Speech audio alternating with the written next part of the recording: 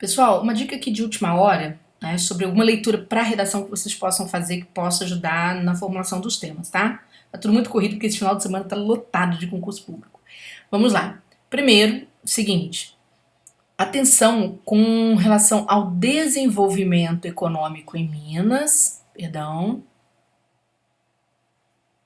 desenvolvimento econômico, né, em contraposição à questão da sustentabilidade. Como assim, profa? Pessoal, a gente teve uma discussão muito recente em Minas Gerais que perdurou o ano retrasado, o ano passado inteiro, que foi a polêmica da Serra do Curral. Inclusive foi tema da campanha política, tá? Do governo de Minas. Não, do governo de Minas, mesmo, do Calil, que era concorrente ao governo de Minas. O atual governador, aliás. Então, o que acontece? Essa questão é muito importante, porque Minas é um estado super explorado economicamente pelas mineradoras, elas têm um peso muito importante no desenvolvimento econômico do estado. Né? Essas mineradoras representam cerca de 25% dos empregos formais em Minas Gerais. Né? Minas Gerais tem cerca de um quarto das minas, né? Ou seja, do local de extração de minérios do Brasil. Então, bem ou mal, elas têm um peso enorme na questão dos empregos formais, na questão da geração de tributos para os estados e principalmente pequenos municípios, tá? Ali na região do quadrilátero ferrífero. A questão toda é que toda essa exploração mineral esbarra em quê? Esbarra na paisagem de Minas, bem ou mal. E aí a gente tem a questão, né, da Serra do Curral, que é uma serra que circunda Belo Horizonte, faz parte do conjunto paisagístico da cidade. E a Tamisa, que era uma mineradora que queria expandir a exploração que ela faz nessa serra, ela entrou na justiça, tentou brigar, etc., né, para poder conseguir. E se travou uma luta muito intensa, tá? Venceu a defesa da Serra do Curral, certo? Em relação à preservação da área, tá? Então isso é muito importante. Vocês têm que olhar exatamente esse desenvolvimento econômico e essa questão da sustentabilidade. Lembrando que essas mineradoras também são responsáveis, né, por graves acontecimentos que sucederam em Minas, né, que é a queda das barragens ali em Mariana, em Brumadinho, né, que inclusive morreram muitas pessoas nesses eventos, tá? E aí é interessante que vocês possam ler sobre isso, porque bem ou mal se envolve o Ministério Público pode cair, tá? Outra questão também que eu considero interessante, a título de leitura, é você ler sobre a questão da exploração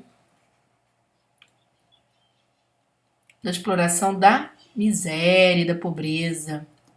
Sim, tá bom? Sim. Por quê?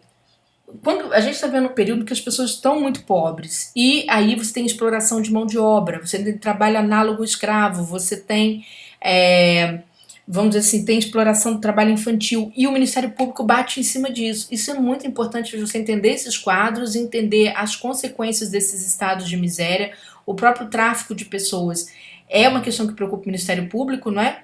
E o tráfico de pessoas ocorre porque existem pessoas que estão em situação de vulnerabilidade muito grande, daí são exploradas por pessoas que sabem que elas precisam de dinheiro, precisam pelo menos comer, tá bom? Então, é um segundo assunto. O terceiro assunto que eu considero super importante também, né, é a questão do direito à cidade, não é? Dentro de uma visão de sustentabilidade. Esse assunto foi super cobrado na Fundação Carlos Chagas em 2 concursos. Quer dizer que nossa banca não possa cobrar. Pode. Por quê? A gente tem visto o que acontece. Com a questão da miséria, você tem muitos moradores de rua. E aquela prática constante de se expulsar as pessoas da rua, seja por uma arquitetura hostil, né, seja por ações de aporofobia, ou seja, que é o horror ao pobre, não é? É o nome que se dá a isso. E a gente tem até o trabalho, né, do padre Júlio Lancelotti, muito famoso em São Paulo, brigando pelo direito de essas pessoas também terem direito às ruas. Então, o direito à cidade, gente, é um direito que extrapola o simples direito de você morar na cidade. Ele tem a ver com o direito de você passar pela cidade, de você morar na cidade, de você, mesmo que não tenha moradia na cidade, você tem o direito à cidade. E ali entram vários direitos em conjunto, porque o direito à cidade te dá direito à mobilidade urbana, É o direito à moradia digna, é o direito a abastecimento e saneamento básico, né? Então, há uma série de direitos e garantias que são subjacentes a esse direito maior. E, bem ou mal, isso também entra ali na base do Ministério Público, tá? Por quê? Porque como entram vários direitos em conjunto, o Ministério Público é sempre brigando por direitos o quê? Que são direitos difusos, direitos coletivos, né? Direitos de um agrupamento maior de pessoas, tá? Então, é uma questão que chama atenção. Por fim, né? Gente, atenção aqui, né? Discurso de ódio e liberdade de expressão. Nada mais batido e nada mais atual. Discurso de ódio e liberdade de expressão. O novo governo entrou com uma preocupação de tentar regular a liberdade de expressão, tá? E eu até estava falando para os meus alunos que no curso interno que até li um livro muito importante chamado Liberdade de Expressão em Tempos de Cólera, que eu tinha uma visão das coisas e modifiquei a minha cabeça todinha em face desse livro, né? Sim, gente, eu compro livros para estudar, não é pouca coisa, não. Então, olha só, o que acontece?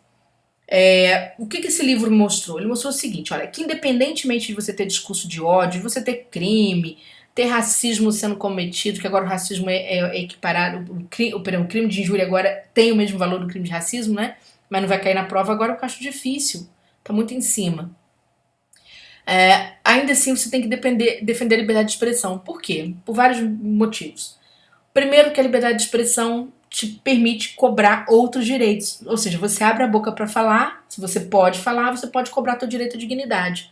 Tá certo? Inclusive, te permite cobrar das instâncias, né, quando há um discurso de ódio que recai sobre você. Então você pode ir lá judicialmente cobrar seu direito de ir contra isso, porque a liberdade de expressão te garante isso. A outra questão, a liberdade de expressão te garante uma cobrança do Estado. Você pode cobrar por políticas públicas, né, ou de melhoria. Quando fala políticas públicas, a gente está falando até mesmo da lei. Por exemplo, agora o governo central o quê? Ele assinou uma lei que pega a injúria racial e equivale ao racismo. Aquilo ali é uma liberdade de expressão pura das minorias, ou seja, das pessoas pretas que estavam cansadas de sofrerem exploração, sofrerem com discriminação racial e resolveram dar um basta nessa situação toda. Então, é uma política pública que acontece em meio a esse meio. É claro que o discurso de ódio prospera em meio à liberdade de expressão, mas contra ele existem mecanismos normativos, institucionais, que podem simplesmente derrubá-lo. Não precisa de regular a liberdade de expressão, tá bom? Então essas foram as dicas, tá, gente? Sempre que vocês forem fazer redação para o Instituto Consuplan ou Consuplan, procurem trabalhar com bastante argumentação, a banca valoriza muito, pelo menos 3 argumentos ali bastante consistentes. Lembrem-se, né? Se colocou um argumento só ou 2, vai dar insuficiência, tá? Tudo bem? Então, essa é a preocupação central desta banca, é com a quantidade de informação que você vai levar. Perfeito? Então é isso, povo. Boa prova para todos vocês, tá? E aí, espero que a verdade de vocês esteja na prova, tá bom?